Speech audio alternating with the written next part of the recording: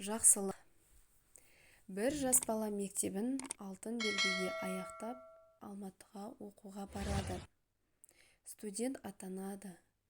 Жұмыссыз әке-шешеме салмақ салмайыншы деген оймен демалыс күндері базарға жұмысқа шығып, ұсақ-түйек сатады. Кейде арба да сүйрейді. Мардымсыз табысы не оқуға, не тамаққа, не киімге жетпейді екен. Ашыққан күндері де аз емес еді. Амалы таусылған соң көше кезіп, бір үзім нан сұраған күндері де болған екен. Бірде әбден ашығып, бір үйдің есігін қақса, арғы жағынан жас келіншек ашады.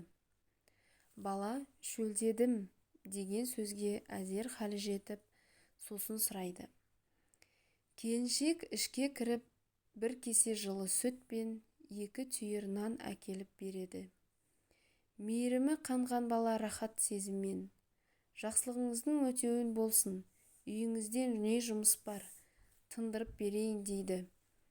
Әйел қажет емес, Алла жақсылығыңның қайтарымын өзі берер, жолыңнан қалма, деп шығарып салады. Бала оқуын бітіріп дәрігер атанады, үйленеді. Науқастарды қабылдай бастайды. Бірде оның алдына жүруге қабілеті жоқ, 2 аяғы сал болған бейтаныс науқас келеді. Әйелдің келбеті аурудан шаршаған, солғын тартқан, жүдеп жадаған. Әйелдің үмітсіз көзіне назары бірден түскен дәрігер мән-жайды сұрайды. Сөйтсе, баяғы бір кесе жылы сүт пен 2 тілім нан берген әйел екен. Әйел бұдан бейхабар еді. Дәрігер бәрін біліп палатадан шығып, енді қалай көмектессем деп қатты ойланады.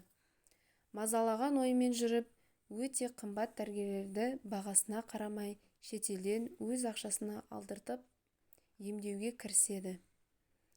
Күндер өте науқас оңалып, беті бері қарай бастайды.